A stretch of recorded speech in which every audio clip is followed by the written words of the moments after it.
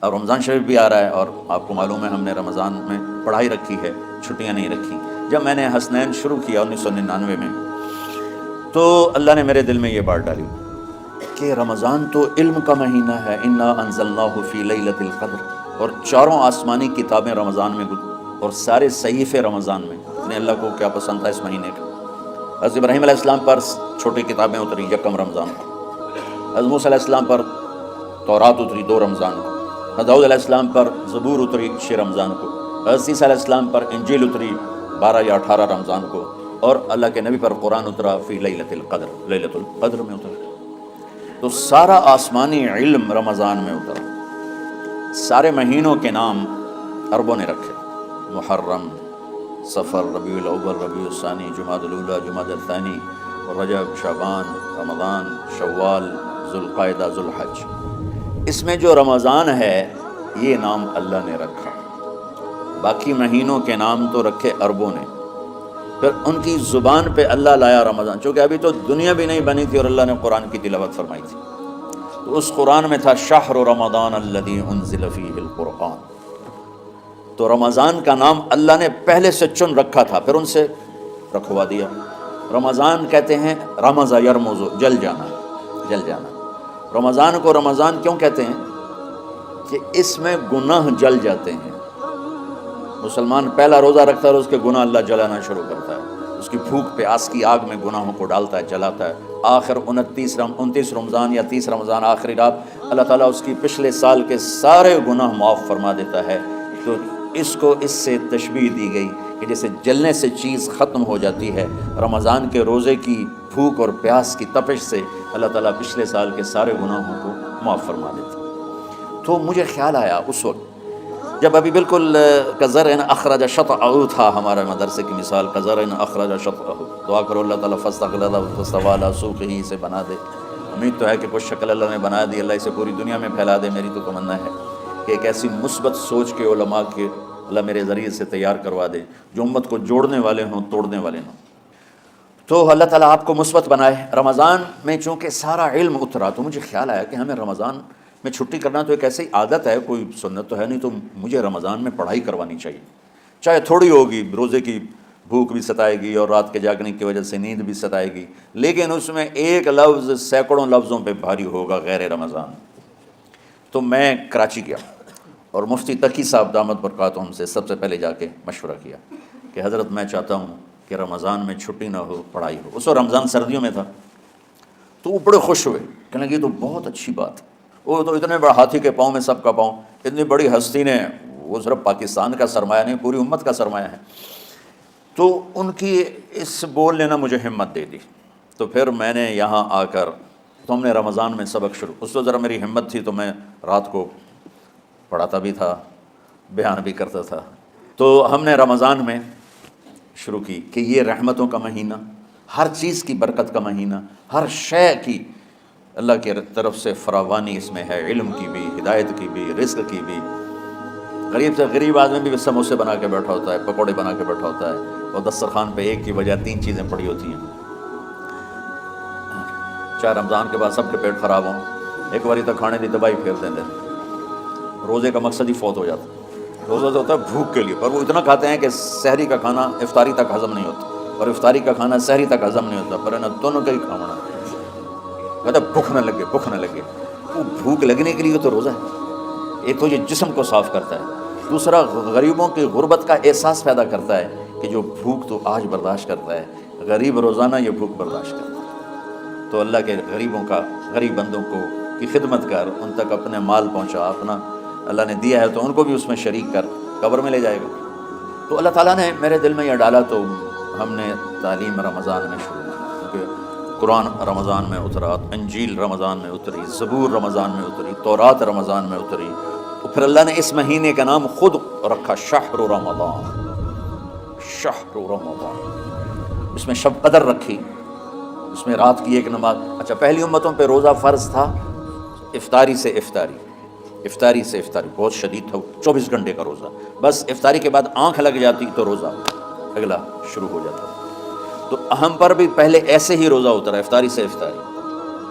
تو ابن سرمہ رضی اللہ تعالیٰ عنہ اونٹ چرانے والے تھے، وہ شام کو لوٹے تو بیوی سے پوچھا کوئی افطاری کا سامان ہے؟ انہوں نے کہا ہے تو نہیں، میں کہیں سے لے آتی ہوں۔ وہ گئیں افطاری کا کوئی سامان لینے، ان کو تھوڑی دیر ہو گئی اور ان کی آنکھ لگ گئی، تھکے ہوئے تھے، سورج ڈوب گیا۔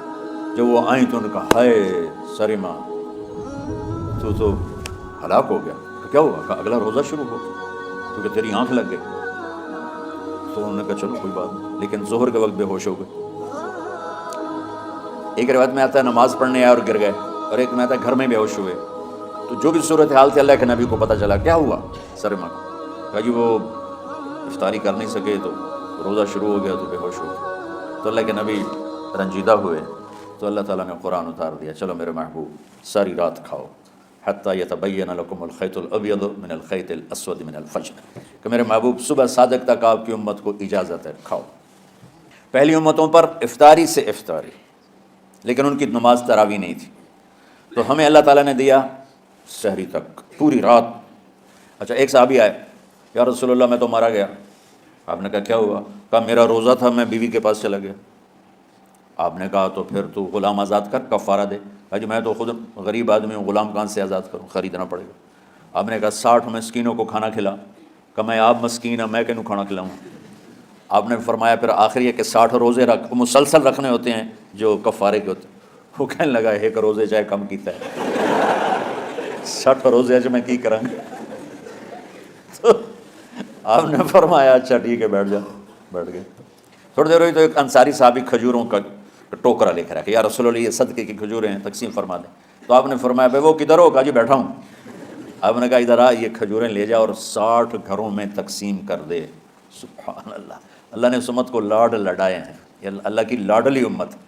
عجیب واقعہ یہ، کہنے لگا یا رسول اللہ اللہ کی قسم مدینے میں مجھ سے غریب کوئی نہیں، آپ ایسا کرو یہ میرا کفارہ مجھے ہی صدقہ کر دو۔ تو آپ اتنا ہنسے کہ یہ آخری دانت نظر آنے لگے۔ بہت کم ایسا ہوتا تھا فضحک حتی بدت نواجذہ، ایسا ہنسنا آپ کبھی کبھی ہنستے تھے کہ آخری دانت پورا منہ کھل جائے، تو آپ اتنا ہنسے کہ آخری دانت تک نظر آنے لگے۔ تو آپ نے کہا اچھا جا لہ جا تیرے واسطے، لیکن یہ صرف تیرے لیے اور کسی کے لیے نہیں ہے۔ تو جب ایسی خیانت ہوئی تو اللہ تعالیٰ نے دوسرا حکم بھی اتار دیا، باشروہم، کہ تمہارے لیے بیوی بھی حلال ہے، کھانا بھی حلال ہے جب تک صبح صادق نہیں ہو جاتی۔ لیکن اللہ نے ہمیں ایک نماز عطا فرما دی جس کو ہم آج صلاۃ التراویح کہتے ہیں۔ میرے نبی کے زمانے میں اسے قیام اللیل کہا جاتا تھا۔ تو اللہ نے ہمیں رات کی نماز عطا فرمائی، اور چونکہ یہ ایک مشقت ہے تو میرے نبی نے کہا یہ رات کی نماز کے ہر سجدے پر 1500 نیکی لکھی جاتی، 1500 نیکی لکھی جاتی۔ اور اللہ تعالیٰ ہر سجدے پر جنت میں ایک محل بناتا ہے جس کے 60,000 سونے چاندی کے دروازے ہوتے ہیں، اور ایک درخت اس کے لیے لگاتا ہے جس کے نیچے 100 سال گھوڑا دوڑ سکتا ہے۔ تو رمضان کا اہتمام آپ رجب سے شروع فرما دیتے تھے۔ میرے نبی نے 9 رمضان دیکھے، 9 رمضان اپنی زندگی میں، 9 رمضان۔ 10ویں رمضان سے پہلے آپ اللہ کے پاس تشریف لے گئے۔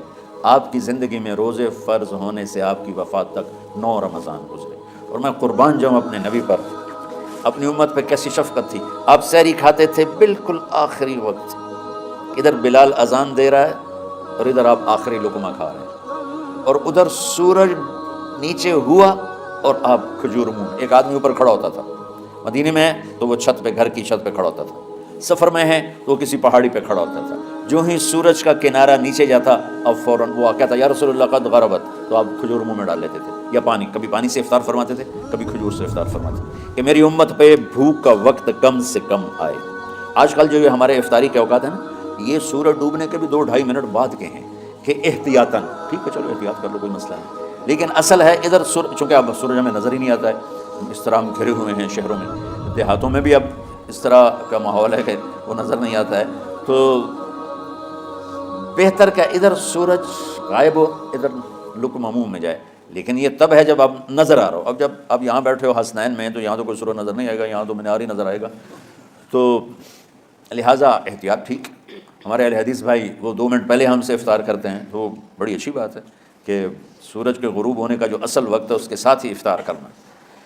اور سحری میں ایک واقعہ سناتا ہوں، آپ سحری کھا رہے تھے، بکرے کی سری پکی ہوئی تھی، تو مولا علی رضی اللہ تعالیٰ عنہ اور رباز بن ساریہ رضی اللہ تعالیٰ عنہ آپ کے ساتھ کھانا کھا رہے تھے، تو حضرت بلال ہے، یا رسول اللہ وقت ختم ہو گیا ہے، میں اذان دینے جا رہا ہوں، آپ برائے مہربانی کھانا پینا بند کریں، اور یہ کہہ کر چلے گئے۔ چھت، ایک انصاری عورت تھی، اس کے گھر کی چھت پہ چڑھ کے اذان دیتے تھے۔ چڑھنے لگے تو پھر واپس آئے کہ دیکھوں اللہ کے نبی نے کھانا چھوڑ دیا یا نہیں، آگے دیکھا تو وہ کھا رہے تھے۔ انہوں نے کہا یا رسول اللہ واللہ لقد اصبحت، یا رسول اللہ اللہ کی قسم سحری کا وقت ختم ہو گیا، صبح ہو گئی۔ تو آپ نے ہاتھ پیچھے کر لیا، کہہ رہے تیرا بھلا ہو بلال، ابھی وقت باقی تھا، تیرے قسم کھانے پر اللہ نے اس کو پہلے نکال دیا کہ تیری قسم کہیں جھوٹی نہ پڑ جائے۔ تو حضرت علی نے فرمایا کہ اگر بلال قسم نہ کھاتے تو جب تک میرے نبی کھاتے رہتے صبح صادق نہیں ہونی تھی، تو بالکل آخری وقت میں آپ کھاتے تھے تاکہ کم سے کم وقت امت پہ بھوکا آئے۔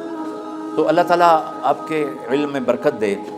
رمضان علم کا مہینہ ہے، سونے کا نہیں ہے، کھانے کا نہیں ہے، سموسے پکوڑے کا نہیں ہے، رمضان علم کا مہینہ۔ شب قدر اس میں ہے، اللہ کا عرش پہلے آسمانوں پر ہے، سارا دن ساری رات اللہ کے اعلان ہو رہے ہیں، کوئی بخشش چاہنے والا، کوئی معافی چاہنے والا، کوئی رزق چاہنے والا، کوئی ہدایت چاہنے والا، کوئی شفا چاہنے والا، اور فرشتوں کے اعلان ہو رہے ہیں، بھلائی کرنے والے آگے بڑھ، برائی کرنے والے بس کر دے۔ تو جو رحمت رمضان میں، میرے نبی نے فرمایا اگر میری امت کو پتہ چل جائے کہ رمضان کیا ہے تو یہ تمنا کریں گے کہ کاش سارا سال ہی رمضان ہو۔ تو بچوں، آپ خوش قسمت ہیں کہ آپ کا جو رمضان ہے وہ علم کی طلب میں ہے۔ اس میں اگر آپ سوئے بھی ہوگے نا تو آپ کو وہ اجر ملے گا جو نفلیں پڑھنے والے کو بھی نہیں ملے گا۔ ایک شخص آیا کہ یا رسول اللہ، اب دیکھو آپ اللہ کے راستے میں ہو، آپ اللہ کے راستے میں ہو۔ ایک شخص آیا، یا رسول اللہ کیا میں کچھ مال خرچ کر کے اللہ کے راستے میں جانے والے کا اجر لے سکتا ہوں؟ آپ نے فرمایا کتنے تیرے پاس؟ کہنے لگا جی 6000۔ اس دور میں 6000 بہت بڑی دولت تھی۔ تو آپ نے اسے فرمایا کہ تو 6000 تو کچھ کہہ رہا ہے اور میں یہ کہہ رہا ہوں تو سارے بھی خرچ کر دے تو جو اللہ کے راستے میں سویا ہوا ہے اس کی نیند کے اجر کو بھی نہیں پا سکتے۔ تو آپ سب اللہ کے راستے میں طلب علم میں